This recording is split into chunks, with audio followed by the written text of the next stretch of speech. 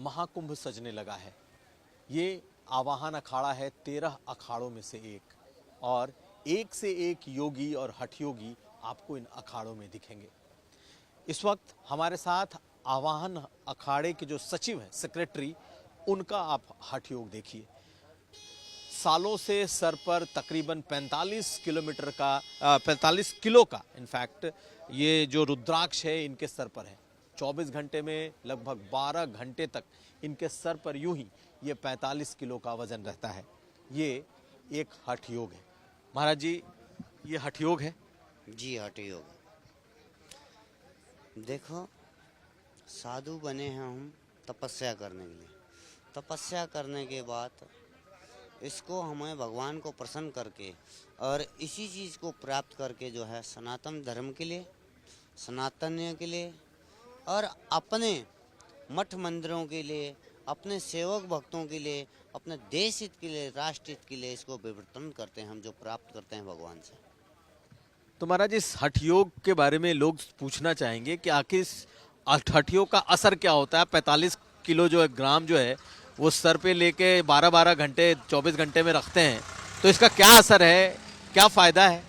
देखो, आपने सवाल जवाब जो करा है बहुत अच्छे किया। एक बच्चा भूखा रहता है तो माँ जब तक वह इसके कान शांत रहती है, जब तक बच्चा रोता नहीं, ठीक है। तो जब बच्चा रोने लग जाता है तो माँ भगती है कि बच्चा मेरा रो रहा है, भूखा है। तो वही काम हम लोगों का है। हम एक परमात्मा भगवान शंकर भगवान को मना रहे हैं, ठीक है। एक उसको जो है हठ योग में आता है, हमारी तपस्या है, हठ योग है ये। हम भगवान शंकर को, भगवान को प्रसन्न करने के लिए हम अपना कठिन से कठिन, कठिनाई से कठिन तपस्या हम लोग करते हैं, उसको प्राप्त कर रहे हैं। हम सिर्फ हठ भगवान से है कि हे परमात्मा दर्शन, यही हम लोगों का कर्तव्य है, तपस्या है हम लोगों की। तो हठ योग का तो अर्थ ये होता है कि अपने शरीर को ज़्यादा से ज़्यादा कष्ट देना और उस कष्ट के माध्यम से भगवान तक पहुंचना। आपको लगता है कि इस हठ के माध्यम से आप लोग सचमुच भगवान शिव की जो भक्ति कर रहे हैं वहां तक पहुंचे? देखो, हमारी कोई ये पहली तपस्या नहीं है। हम 2.5 साल के साधु, 2.5 साल की उम्र थी जब से हम चढ़ाए हुए हैं, बचपन के साधु हैं। आए हुए चढ़ाया हुआ मतलब जो बच्चा, छोटा बच्चे को दान कर देते हैं और गद्दी के ऊपर, धोने के ऊपर चढ़ा दिया जाता है।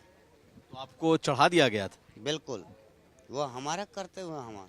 और वहीं से हम लोगों ने गुरु महाराज की कृपा से जो है आज तक जलधारा, अग्नि तपस्या, खड़ी तपस्या, समाधि तपस्या, सभी में से तपस्या करके यहाँ तक हम लोग गुरु महाराज की कृपा से पहुँचे हैं।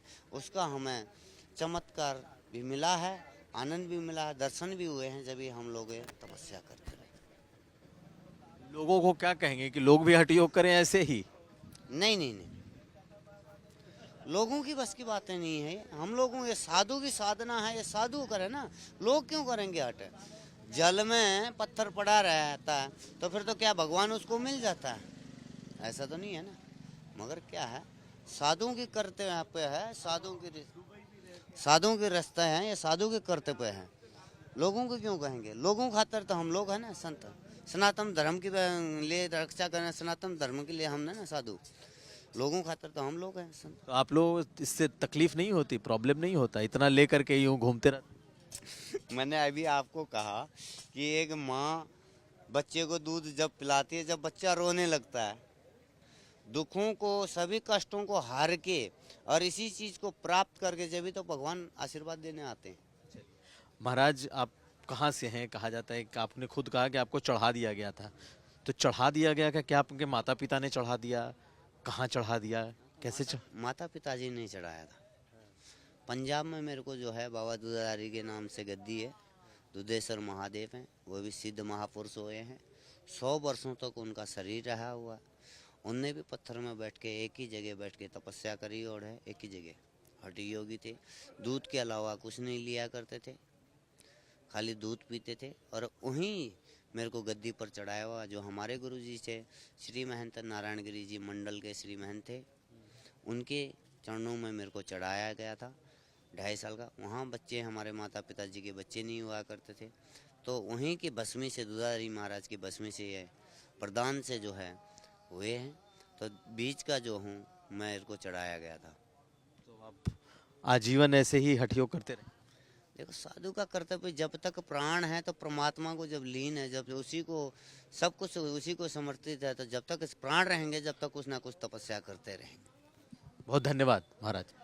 तो हमारे साथ थे गीतानंद गिरी, जो कि 45 किलो का ये रुद्राक्ष लेकर सर पे हठयोग कर रहे हैं, और जब तक प्राण है तब तक इसी तरीके का हठयोग चलता रहेगा, क्योंकि आखिरकार पाना भगवान को ही है और माध्यम यही है हठयोग। नीरज कुमार के साथ कुमार अभिषेक, महाकुंभ प्रयागराज आज तक।